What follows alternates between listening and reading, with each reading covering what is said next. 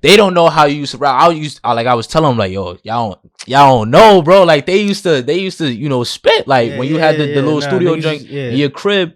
Like y'all used to go crazy. You feel me? Talk about that real quick. Like, what was that like for you at that time? Man, that was just like, it was like maybe like a 10-man, 11-man rap group. That's a fact. It was a lot of y'all. And like, I remember the first session like vividly, bro. Like, so they was doing construction work in my crib. Yeah.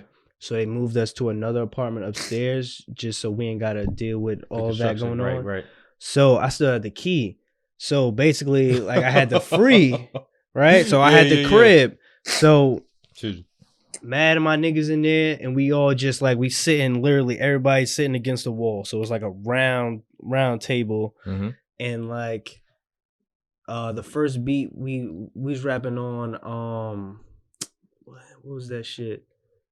It was a Soulja Boy beat, and we were just we was recording on a voice memo, and we were just spitting. We didn't know how to count bars, so we were just spitting, and we would just pass it on. You know what I'm saying? And like we would just really go in there. So like a cipher type shit. Yeah, it was like that gritty. Like it was only one couch in there.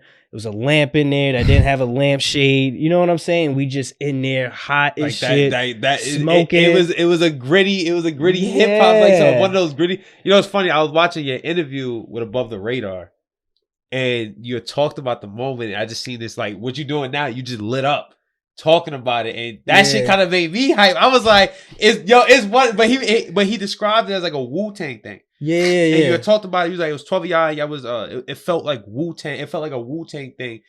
And I remember you talking about the cipher. And you was like, yo, yeah, we used to go in there to cipher.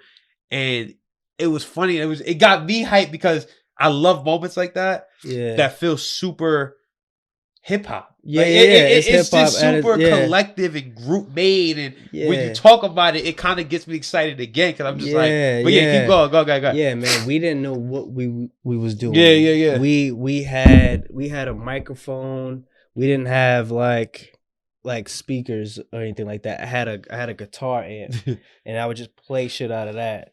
You know what I'm saying? But we had just a mic in the middle of the room, a laptop, some like Windows laptop.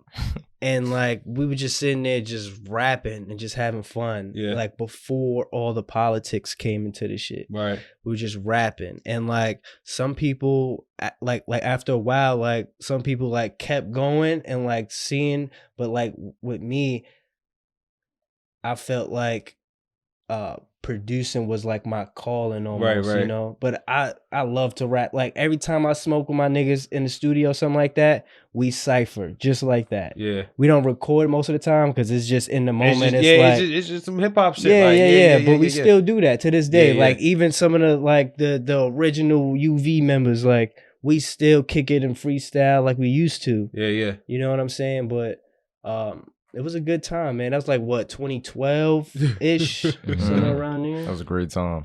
Great time. And I just discovered Meek. It was some Wu-Tang shit, but to us, it was some ASAP shit. Because ASAP right, but they had the wave at that time, and they was from where we from. They from the same block. So it was some ASAP shit. Like I remember one time, my home Leonard. Yo, we seen ASAP Nas coming down the block. We like, yo, he said, yo, we started a rap group. We got a little mixtape. And he was like, yo, fuck y'all mixtape. Nah, that's funny as shit. That's some real Harlem shit. That's some Harlem shit, and I fuck with that. It's like, all right, cool, man. Like if you're not gonna give it to me, I'm gonna go. Like, that's cool. Like I'm still repping ASAP because I fuck with ASAP. You have to earn your respect type shit. Yeah, absolutely. Like, and I'm fine with that. Jesus Christ. Bro. Like, yo, bro, on some real shit, like, yo, bro, you're not gonna use me as a piggyback to get on. Like, yo, bro, when your shit hot, I'm gonna hear about it. Then I'm gonna holler at you, bro. You gotta earn my respect type shit. No, I get it. I don't know. It was like the route like y'all was going. I'm like, yo, like I was always sharing y'all shit. I'm like, yo, y'all niggas is making it. I don't give a fuck. Like y'all too nice. Y'all making it. Like, you feel me? Yeah. So I always had faith. You feel me? Ever since just like y'all started that whole shit. You feel me? So yeah, that shit was fun. That shit was fun as hell, bro. Like we weren't really doing shows or anything. We were just in the crib cooking up shit, releasing it. People were fucking with it. Yeah, people were fucking with it. You know what I'm saying? We didn't know how to mix. We didn't know how to engineer. No auto tune existed. Like we were in there just rapping raw vocals. Put it out. But you know, those are like, it's shit like that like brings us in the culture all together. You know what I mean? It's moments like those that when you talk about it, people start visualizing. Like when you talk about it, I can visualize exactly what that is. You know what I mean? When somebody's talking about, yo, in the 80s and 90s, they was on a corner in front of Def Jam, rapping to try to get a deal. And they was just like, I visualize those moments. Like I take that shit extremely heavy because I get it. You know what I mean? It's moments like that bring the culture together. You know what I mean? And it just shows you like how much you really love what you do. You know what I mean? In that way, like, cause you bring it brings you back to like you ever open a gift as a child and you just get super happy about it. It's nostalgic after a while, you know what I'm saying? And that's why like I would love to set up shop in Harlem.